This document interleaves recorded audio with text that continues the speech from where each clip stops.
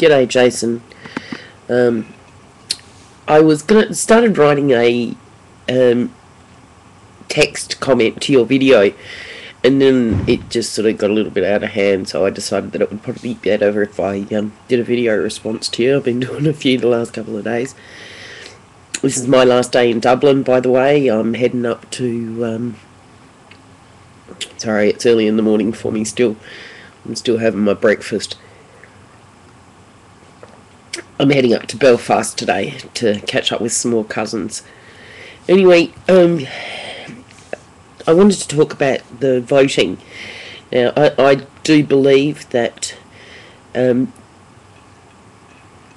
voting is imperative, especially at the local level, and you're completely correct. This is where we really make change. Nobody ever made any change by being complacent. And I think one of the biggest problems with the American political system is that not everyone's voting. Having the right to vote also makes it a responsibility. It absolutely shocks me when I hear of women who don't vote or who ask their husbands who to vote for. I mean, women fought for hundreds of years to get the right to vote,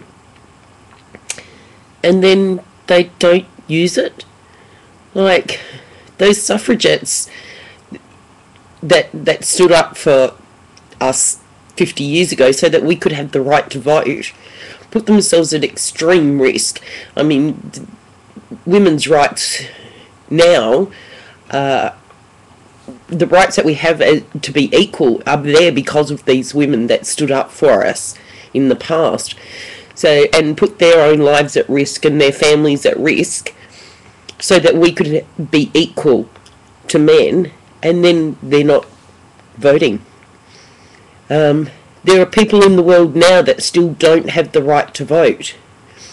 So, to me, if I have the right to vote, I should vote. It's my responsibility to do that. In Australia, voting is compulsory, and if you don't vote, you will get a fine for $85. And I know friends that have got the fine for not voting. But personally, I don't think the fine's high enough, because it's being irresponsible. It's not taking responsibility for what you want in your country. Our last election, we had a change of political parties with a 74% swing to the opposition. That's just amazing. Now, that would never happen in the US because you don't even get 74% of people actually voting. So, and it appears that the people that are voting are the ones that most of you complain about. The rednecks and the gun-toting, screaming maniacs are the ones out there voting. Everyone else is going, oh, well, you know, it only encourages them. Bullshit. They're going to do it with or without your vote. Yes, the majority of them are corrupt, but some are less corrupt than others, and that's what you have to decide. So I didn't intend on making a political video or talking this long, Jason. Why do you do this to me?